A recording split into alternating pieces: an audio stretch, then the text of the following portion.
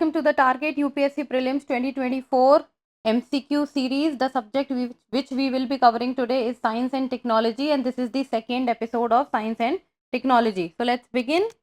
The first question talks about which one of the following is the oldest paramilitary force in India? Central Reserve Police Force, that is CRPF, Assam Rifles, Indo-Tibetan Border Force Police, that is ITBP, then Border Security Force, that is BSF. So the correct answer of this question is option B, that is Assam Rifles. Now let's see the explanation. A paramilitary force is a semi-militarized force. So a paramilitary force is a semi-militarized force whose organizational structure, tactics, training, subculture and functions are similar to those of a professional military. So there almost everything is similar to the professional military, but are not included as part of a state's formal armed forces. So state's formal armed forces, they are not included. So the Assam Rifles is the oldest paramilitary force. So the oldest paramilitary force is the Assam Rifles of India. The unit can trace its lineage back to a paramilitary police force that was formed under the British in the year 1835, and it was called the Chachar Levy. Since then, the Assam Rifles have undergone a number of changes in its name, as the Assam Frontier Police in 1883, the Assam Military Police in 1891, and Eastern Bengal and Assam Military Force in 1913, before finally becoming the Assam Rifles. So Assam Rifles became in 1917. It is under the control of Ministry of Home Affairs, that is MHA. It not only trains and recruits of Assam Rifles but also recruits and trains troops of some of the other CAPF and state police forces also. Therefore, the correct answer is option B, that is Assam Rifles. Next question. The next question talks about what is Thermal High Altitude Area Defense, popularly known as THAAD, that is THAAD. What is THAAD? Sometimes seen in the news.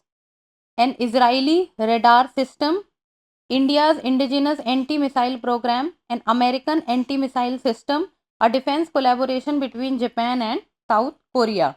The correct answer is option C, that is an American anti-missile system. So it belongs to US. So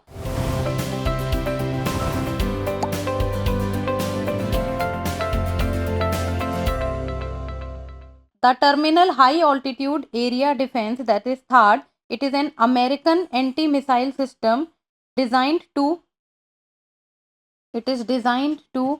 intercept and destroy short and medium range. So it will intercept and destroy short and medium range ballistic missiles during their terminal phase of flight when they are falling towards the target. Now imagine this is the target and here is from where the missile is coming. So the missile which are coming, the THAAD will intercept it and then it will destroy it. They have the ability to intercept missile inside and outside the atmosphere. It is interoperable with other ballistic missile defense system and is highly mobile and deployable worldwide. Therefore, the correct answer is option C. Next, what is or are the consequence of a country becoming the member of the NSG, that is Nuclear Supplier Group? It will have access to the latest and most efficient nuclear technologies, or second, it automatically becomes a member of the Treaty on the Non-Proliferation of Nuclear Weapons, that is NPT. Which of the statements given above is or are correct? One only, two only, both one and two, neither one nor two. The correct answer of this question is option A, that is one only. Now let's see. NSG, that is the Nuclear Supplier Group, it was established So NSG, it was established in the year 1975, comprising 48 states that have voluntarily, so it was voluntarily, it was not binding, that have voluntarily agreed to coordinate their export controls to non-nuclear weapon states. So export control to non-nuclear weapon states. The NSG governs the transfer of civilian nuclear material and nuclear related equipment and technology. Therefore, option, that is statement 1, becomes correct, that it will have access to the latest and most efficient nuclear technologies. This becomes correct. Committing to non-proliferation regimes, Treaty on the Non-Proliferation of Nuclear Weapons, that is NPT, is cited as one of the precondition to become a member of the NSG. So anyone has to become a member of the NSG, then person or the state needs to be a member of the NPT. So what does it say? Second statement talks about it automatically becomes a member of the Treaty on the Non-Proliferation of Nuclear Weapons. So it is saying that it will automatically, the state will automatically become a member of the NPT. But it is saying, but the correct statement is that committing to non-proliferation regimes, Treaty on the NPT is cited as one of the precondition to become the member of the NSG. So NPT has to be signed if the country has to become the member of the NSG. So it is not the other way around. For example, while no member explicitly opposes India's membership to NSG, procedural objections have been raised ostensibly on grounds of India's non-NPT status. The issue has seen a deadlock as India's position on the NPT has remained unchanged. Only 5 countries have not signed the NPT till now, and they are India, Pakistan, Israel, South Sudan, and North Korea. So these are the 5 countries that have not signed the NPT. So the correct answer becomes option A, that is 1 only, because second becomes wrong. First, a member has to be a part of NPT to become a part of NSG. Next question. Which among the following is responsible for the command, control, and operational decision of nuclear weapons in India? Command, control, and operational decisions of nuclear weapons in India. Nuclear Commission of India, Nuclear Command Authority, the Ministry of Defense, or the Cabinet Committee on Security. So the correct answer is option B, that is Nuclear Command Authority. The Nuclear Command Authority of India is the authority responsible for command, control, and operational decisions regarding India's nuclear weapons program. The NCA comprises of a political council and an executive council. So it comprises of political council and an executive council. The political council is chaired by the Prime Minister and the sole body that can authorize the use of nuclear weapons. So the sole body to authorize the use of nuclear weapon is the political council, which is chaired by the Prime Minister. The executive council chaired by the National Security Advisor, that is NSA, to the Prime Minister, and it provides inputs for decision making by the NCA and executes the directives given to it by the political council. Therefore, option B is the correct answer.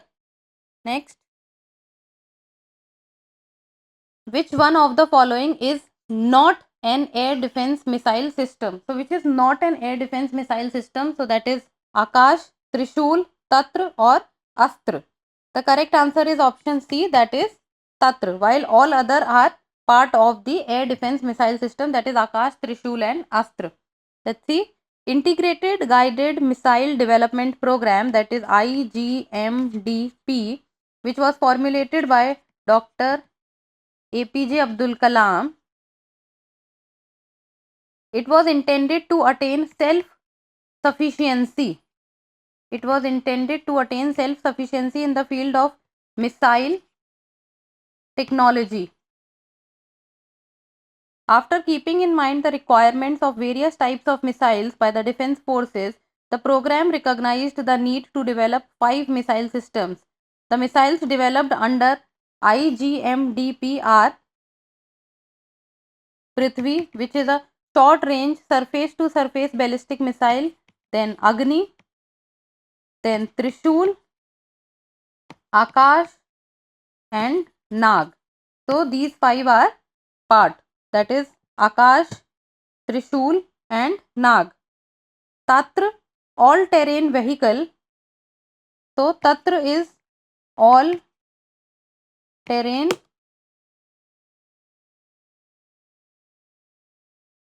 vehicle, are used for various purposes such as transporting personnel, tanks and missiles, and come in different configurations. The vehicle was developed by Tatra Trucks, that is Tatra Trucks, a vehicle manufacturer based in the Czech Republic. The Tatra vehicles have high operational flexibility as well as functional adaptability. Therefore, the correct answer becomes option C, that is Tatra, while all other, that is Akash, Trishul, Astra, these are the members of the air defense missile system. Next, which one of the following best describes the Andaman and Nicobar Island Command? Andaman and Nicobar Island Command, a cyber security command, a unified command comprising Army, Navy, Air Force and Coast Guard, a unified command comprising Navy and Coast Guard, one of the commands of the Indian Navy.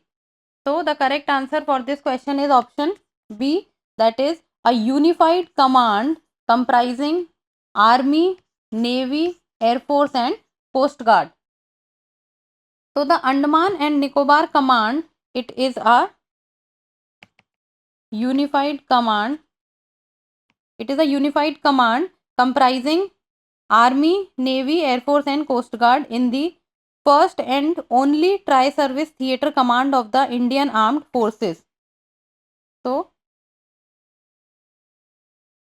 first and only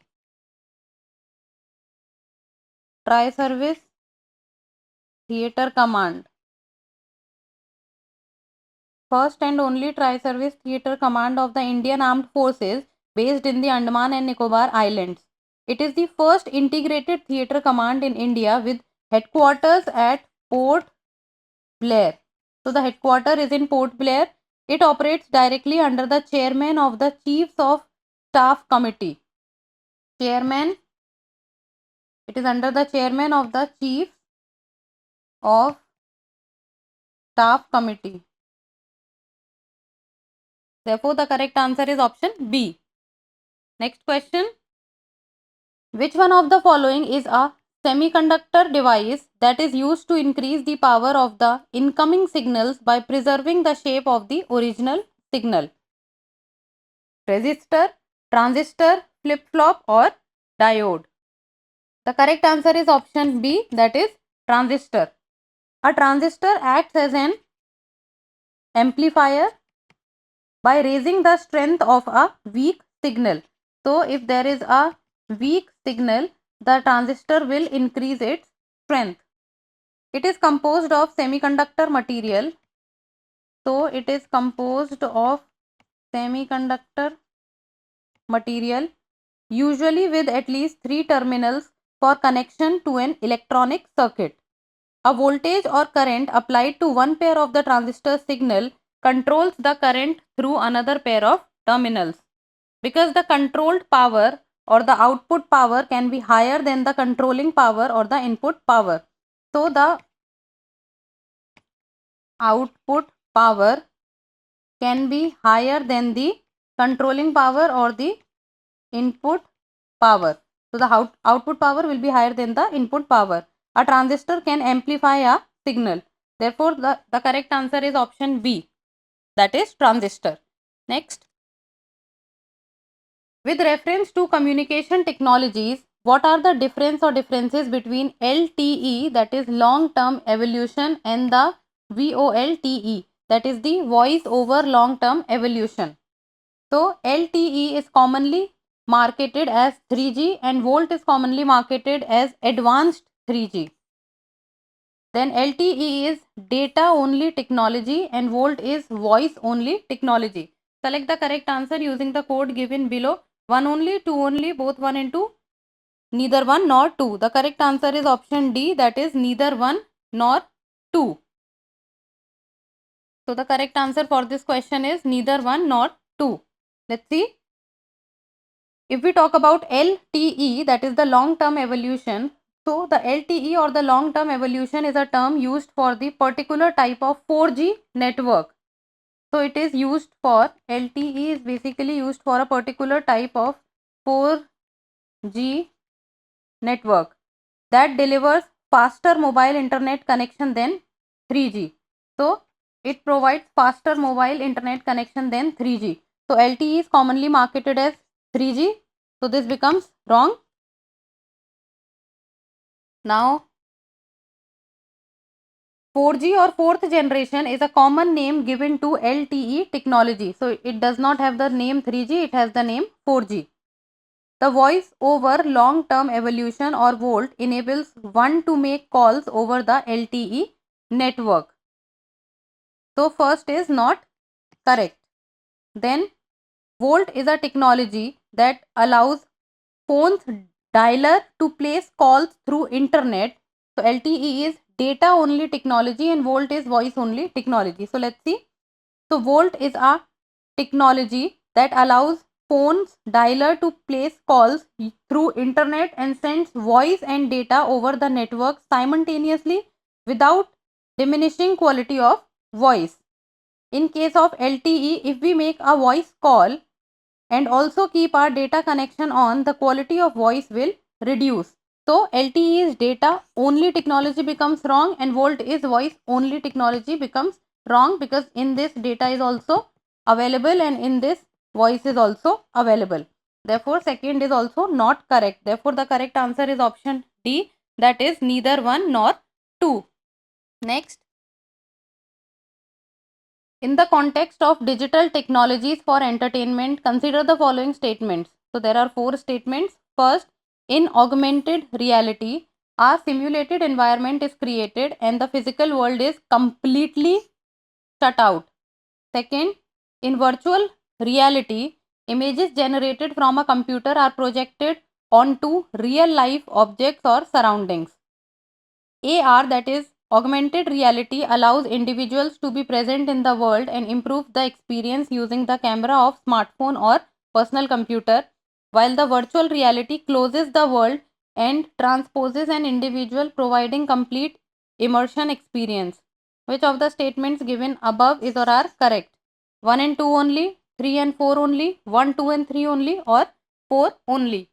The correct answer is option B, that is 3 and 4 only. So statement 3 and 4 are correct while 1 and 2 is incorrect. So let's see. If we will talk about the augmented reality, then it is an enhanced version of reality where direct or indirect views of physical real world environments are augmented and superimposed computer generated images over a user's view of the real world. Then AR allows individuals to be present in the world and improves the experience using the camera or the smartphone or personal computer. Therefore, third becomes correct. And first, that is, it talks about a simulated environment is created and the physical world is completely shut out.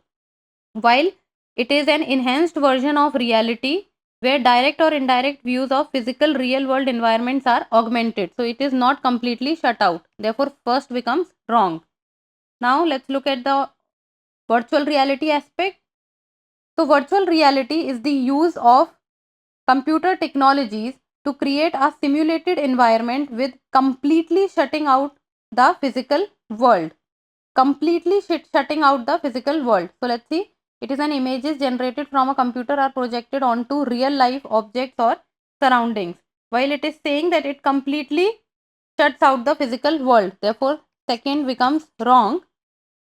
Now fourth, VR is mostly commonly used in entertainment appliances such as video gaming and 3D cinema. VR closes the world and transposes an individual, providing complete immersion experience. Therefore, statement 4 also becomes correct. So, third and fourth are correct while first and second are wrong. So, first and second are basically interchanged. So, the correct answer is option B, that is 3 and 4 only. Next is, with reference to digital payments, consider the following statements.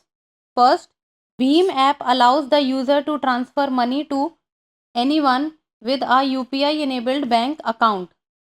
Second, while a chip PIN debit card has 4 factors of authentication, Bhim app has only 2 factors of authentication. Which of the statements given above is or are correct? 1 only, 2 only, both 1 and 2, neither 1 nor 2. The correct answer is option A, that is 1 only. Let's see. Bhim stands for Bharat Interface for Money. So the full form is Bharat Interface for Money. So it is a payment app that lets user make simple, easy and quick transaction. Simple, easy and quick transaction using UPI. Using UPI enabled bank account. It has been developed by the NPCI. Therefore, statement 1 is correct, that Bhim app allows the user to transfer money to anyone with a UPI enabled bank account. This is correct. Now, Bhim app has 3 levels of authentication. 1. The app binds with a device's ID and mobile number. Second, a user needs to sync a bank account in order to conduct the transaction. And third, when a user sets up the app, they are asked to create a PIN which is needed to log into the app. Further, the UPI PIN which a user creates with their bank account is needed to go through with the transaction. On the other hand, a formal net banking application or a chip PIN debit card have only 2 factor of authentication. So it is saying, second statement becomes wrong because it is saying that a chip PIN debit card has 4 factors of authentication. So this is wrong because a chip PIN debit card has only 2 factors of authentication. And then it is saying that Bhim app has only 2 factors of authentication. So no, it has 4 factors of authentication. So the statement is basically interchanged. Therefore, second becomes incorrect. Therefore, the correct answer is option A, that is 1 only. And now in the end, a practice question. Like always, you people will give me the answer in the comment section. So the question is, Wolbachia method is sometimes talked about with reference to which one of the following? A. Controlling the viral diseases spread by mosquitoes. B. Converting crop residues into packing material. C. Producing biodegradable plastics. Or D. Producing biochar from thermochemical conversion of biomass. So these 4 are the statements, and you have to talk about that Wolbachia method is sometimes talked about with reference to which of the following. So give me the answer in the comment section. And that's all for today. Thank you so much for watching. Till we meet next time, keep reading, keep writing and keep subscribing to the channel. Thank you.